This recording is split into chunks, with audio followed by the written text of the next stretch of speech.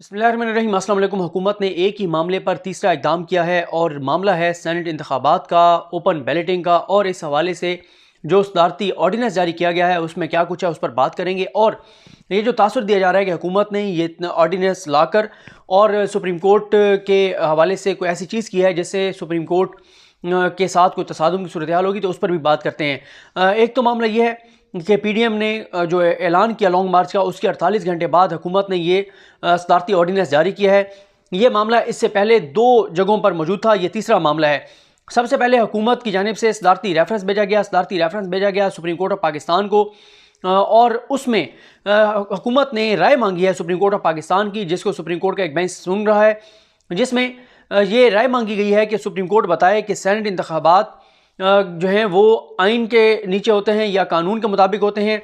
और अगर हमने चेंजिंग करनी है सेनेट इंतखाबात के तरीक़ाकार की तो उसके लिए हमें आइनी तरमीम करनी पड़ेगी या हमें कानून में तब्दीली करनी पड़ेगी। क्योंकि सादा सा मामला है, हुकूमत ये कहती है कि ये मामला इलेक्शन एक्ट के ज़रिए होता है, सेनेट इंतखाबात इलेक्शन एक्ट के ज़रिए होते हैं, और अगर ये इलेक्शन एक्ट के ज़रिए होते हैं तो उसके लिए फिर हुकूमत को सिंपल मेजॉरिटी के साथ एक्ट में तब्दीली करनी होगी, कानून में तब्दीली करनी होगी, और सीक्रेट बैलेटिंग से ओपन बैलेटिंग में चेंजिंग हो जाएगी। जो कानून के लिए हुकूमत को सादा अक्सरियत चाहिए, यानी अगर उस वक्त कौमी असम्बली में जो है वो अगर अपोजिशन के 100 लोग हैं और हुकूमत के 101 लोग हैं, तो हुकूमत का एक मेंबर ज़्यादा होगा, सादा अक्सरियत के साथ हुकूमत कानून में तब्दीली कर लेगी। अगर सुप्रीम कोर्ट ये कहती है कि आप बिल्कुल ये इलेक्शन एक्ट में तब्दीली के साथ ही आप तरीक़ाकार को बदल सकते हैं, लेकिन सुप्रीम कोर्ट अगर ये कह देती कि आप नहीं, आपको आइनी तरमीम करनी पड़ेगी, और उसके लिए हुकूमत को 2/3 मेजॉरिटी चाहिए थी। और हुकूमत ने फिर दूसरा इक़दाम ये किया कि पहले हुकूमत ने सदारती रेफरेंस सुप्रीम कोर्ट को भेजा, उसके बाद हुकूमत ने यह किया कि हुकूमत ने आइनी तरमीम तैयार करके वो भी आइनी तरमीम भी ईवान में पेश कर दी, कौमी असम्बली में पेश कर दी, जिसके बाद आपको पता ही है 2 दिन जो तसादुम हुआ, जो लड़ाई हुई, जो फसाद हुआ। अपोजिशन ने यह तय किया हुआ था कि हमने असम्बली का इजलास नहीं चलने देना। अपोजिशन ये ऐलान कर चुकी है कि हमने इस आइनी तरमीम को पास नहीं होने देना। मसला यह है कि अगर ये आइनी तरमीम होनी है तो 2/3 मेजॉरिटी चाहिए, और 2/3 मेजॉरिटी जब तक पीपल्स पार्टी और नून लीग दोनों साथ ना हो तब तक 2/3 मेजॉरिटी नहीं हो सकती, यानी अपोजिशन साथ ना हो तो 2/3 मेजॉरिटी नहीं हो सकती। अब जो मामला है इस दौरान, क्योंकि सुप्रीम कोर्ट में जब ये गया केस, तो दरमियान में चीफ जस्टिस पाकिस्तान जस्टिस गुलजार अहमद साहब क्योंकि बीमार हो गए, और उनके बीमार होने के बाद 10 दिन तक ये केस 10-12 दिन लग नहीं सका, बहुत ताख़ीर हो गई। और ताख़ीर होने के बायस 11 फरवरी को जो इलेक्शन कमीशन ऑफ पाकिस्तान है उसकी जानिब से सेनेट इलेक्शन का शेड्यूल जारी किया जा रहा है। जब वो शेड्यूल जारी कर देंगे उसके बाद ना तो कानून बदला जा सकता है, ना आइनी तरमीम की जा सकती है, क्योंकि उसकी रीज़न ये है कि उसके बाद वो इलेक्शन शेड्यूल जब जारी हो जाएगा तो वो उसी तरीक़ाकार के मुताबिक होगा जो तरीक़ाकार पहले इलेक्शन एक्ट में मौजूद है, और उसमें इलेक्शन एक्ट में जो लिखा हुआ है वो यही है कि ये सीक्रेट बैलेटिंग के ज़रिए होगा। अब हुकूमत ने यह किया है कि हुकूमत ने एक ऑर्डिनेंस जारी किया है, सदारती ऑर्डिनेंस उस वक्त जारी किया जा सकता है जब कौमी असम्बली का इजलास ना चल रहा हो, जब सेनेट का इजलास ना चल रहा हो, कोई इंपॉर्टेंट मैटर हो तो उसके ऊपर सदारती ऑर्डिनेंस जारी किया जा सकता है। अब सदारती ऑर्डिनेंस जारी किया गया है, लेकिन उसको मशरूत रखा गया है और कहा गया है कि अगर सुप्रीम कोर्ट ऑफ पाकिस्तान ये राय देती है कि हम जो है वो आइनी तरमीम नहीं,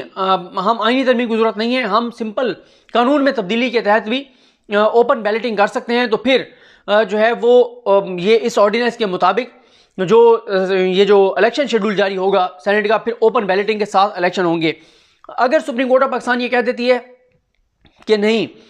आपको आइनी तरमीम ही करनी होगी, तो फिर ये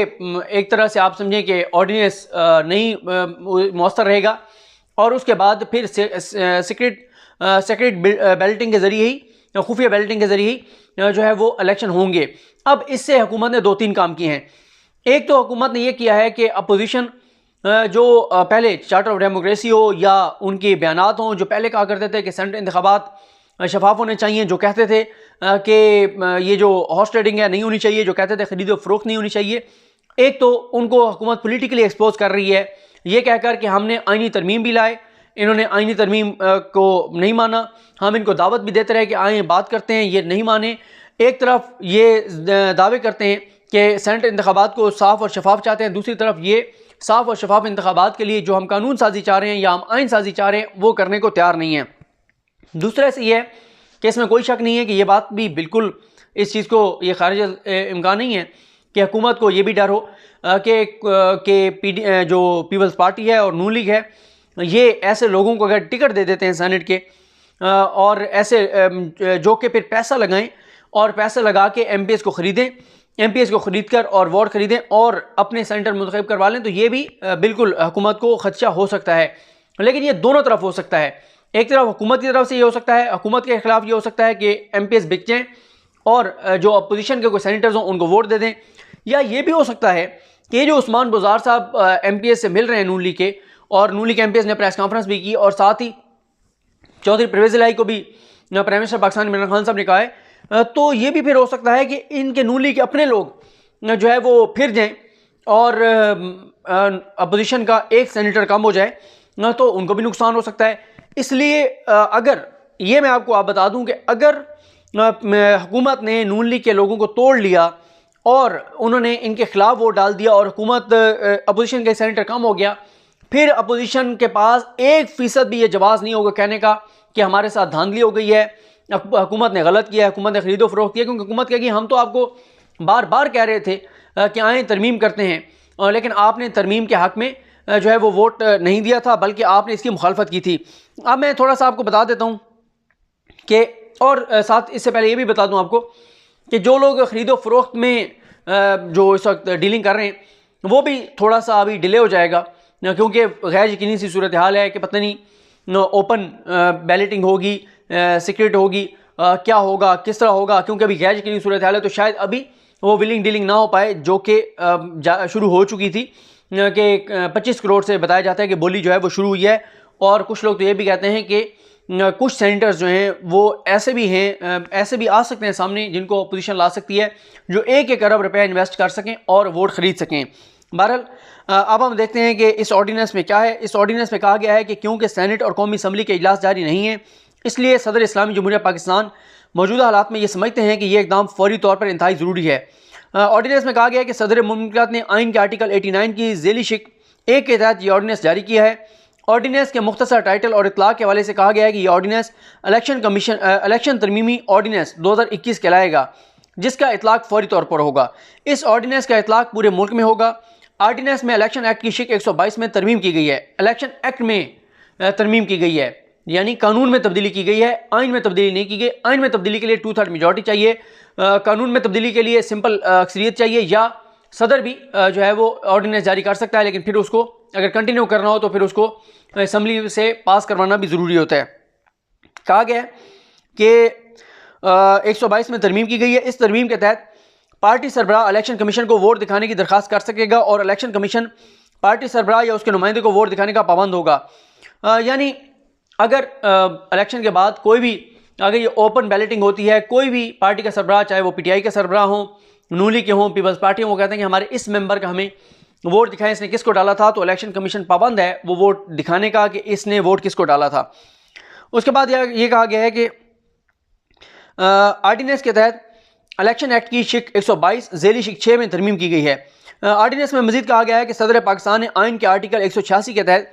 सुप्रीम कोर्ट से राय लेने के लिए रेफरेंस नंबर 1/2021 भिजवा रखा है, जिसमें सेनेट ऑफ पाकिस्तान के इंतखाबात के बारे में राय मांगी गई है। और कहा गया है कि सेनेट के इंतखाबात आइन के आर्टिकल 226 के तहत नहीं आते। सेनेट के इंतखाबात मार्च 2021 में होने हैं, 2021 में होने हैं, एक मिनट, ये यहाँ पे में होने हैं, जो कि ओपन और काबिल शनाख्त बैलेट के जरिए होंगे। ऑर्डिनेंस में कहा गया कि अगर सेनेट मेंबरान के इंतखाबात के बाद पार्टी का सरबराह इलेक्शन कमीशन से दरख्वास्त करेगा कि किसी भी रुकन की तरफ से कास्ट किया गया बैलेट दिखाया जाए, तो इलेक्शन कमीशन वो बैलेट पार्टी सरबराह या उसके नुमाइंदे को दिखाने का पाबंद होगा। ऑर्डिनेंस में इलेक्शन एक्ट की शिक 185 में भी तरमीम की गई है। ये उस ऑर्डिनेंस का मतन है जो कि मैंने आपके सामने रखा है। देखते हैं कि इस हवाले से अब सोमवार की तारीख बहुत इंपॉर्टेंट है। सोमवार को जब सुप्रीम कोर्ट ऑफ पाकिस्तान में ये समाअत शुरू होगी तो ज़रूर सदारती ऑर्डिनेंस का मामला उठाया जाएगा। जब उठाया जाएगा तो देखते हैं उस पर सुप्रीम कोर्ट क्या कहती है। और ये भी हो सकता है कि अपोजिशन जो है ये मामला इस्लामाबाद हाई कोर्ट ले जाए सदारती रेफरेंस के ख़िलाफ़ और इसको चैलेंज करे। तो देखते हैं कि इस्लामाबाद हाई कोर्ट इस हवाले से क्या कहती है, सुप्रीम कोर्ट इस हवाले से क्या कहती है। मुझे अपनी दुआ में याद रखें। अल्लाह करीम हम सब का हामी नासरो। अल्लाह हाफ़िज़।